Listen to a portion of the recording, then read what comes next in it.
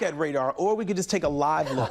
What is this we're looking at? Right? This is State Road 933. Yeah, this is right outside of our WNDU studios. St. Mary's off into the distance. You're looking at this rain shaft here. A nice downpour, quick gust of wind, maybe around 20 to 40 miles per hour. Whew. Moving in right now on the north side of downtown South Bend. So you're likely seeing some darker clouds right now if you're in South Bend looking up towards your north. This is not severe, but again, if you do see dark clouds in your neighborhood, make sure to check out the WNDU First Alert Weather app, as there is some lightning with this that we do want to make you aware of on this First Alert Weather day. Let's take a live look right now at First Alert Weather radar, and we are looking right over downtown South Bend and up towards South Bend International Airport, and you can see this one heavy downpour moving on in right near the state line and also producing with it at least a few bolts of lightning every now and again. So again, no severe weather, but there are a few isolated lightning strikes and a quick gust of wind around 20 to 40 miles per hour. Free car wash weather right now up around Niles, up towards Cassopolis, Dowagiac right now, Buchanan,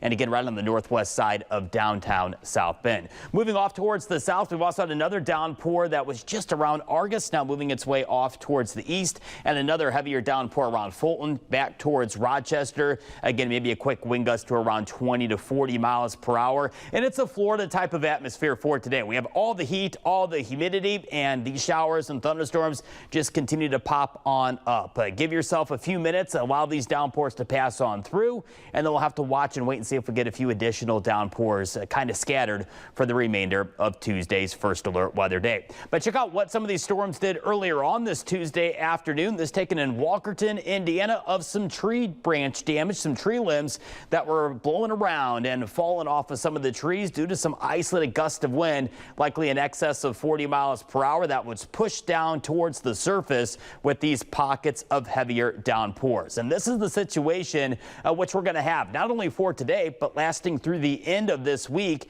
with these isolated to scattered showers and thunderstorms that bubble on up in the peak heating of the day in the afternoon and evening, producing with them some quick heavy downpours, maybe a quick gust of wind in excess of 40 miles per hour, and scattered lightning around with any storm.